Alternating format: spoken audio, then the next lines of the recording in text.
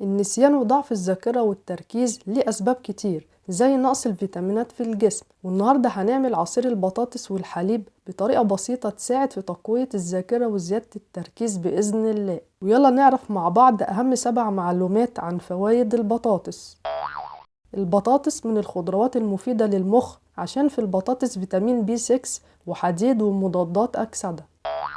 البطاطس مفيدة في تحسين وظائف المخ عشان في البطاطس كربوهيدرات، وبكده البطاطس بتساعد على تقوية الذاكرة وزيادة التركيز. البطاطس بتساعد على تقليل الاكتئاب عشان في البطاطس عناصر غذائية وفيتامينات، وبكده البطاطس بتساعد في تحسين الحالة النفسية. البطاطس مفيدة في الوقاية من مرض الزهايمر عشان في البطاطس مضادات أكسدة. قشرة البطاطس مفيدة للجسم عشان في قشرة البطاطس ألياف ومعادن. البطاطس مفيدة في تقوية صحة القلب والعضلات والأعصاب، وكمان بتساعد في تنظيم ضغط الدم عشان في البطاطس عنصر البوتاسيوم.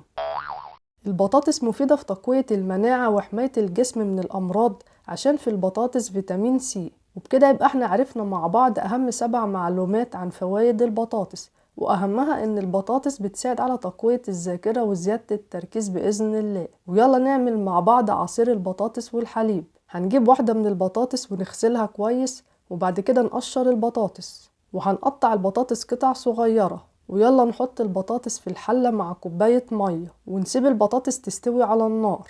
وعشان نتأكد ان البطاطس استوت هنلاقي السكينة بتدخل وتخرج بسهولة، وهسيب البطاطس تبرد وارجع لكم تاني.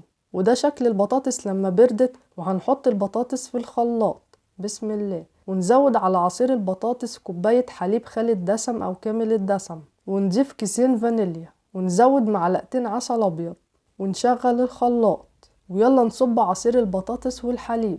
والعصير ده هيعجبكم قوي عشان مليان عناصر غذائية وفيتامينات.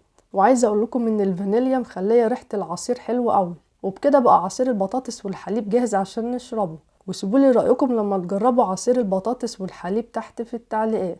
وبكده يبقى احنا عرفنا مع بعض اهم 7 معلومات عن فوائد البطاطس، وعرفنا ازاي نعمل عصير البطاطس والحليب بطريقة بسيطة تساعد على تقوية الذاكرة وزيادة التركيز بإذن الله. ولو عجبتكم الحلقة اعملوا لايك وشير للحلقة مع اصحابكم عشان يستفادوا، وما تنسوش تشتركوا في القناة وتفعلوا الجرس عشان يوصلكم كل جديد بإذن الله. وعشان القناة تكبر ويبقى فيها حلقات اكتر عايزين دعم لكم للقناة. ولو في اي حد عنده سؤال يسيبه تحت في التعليقات وهجاوب عليه.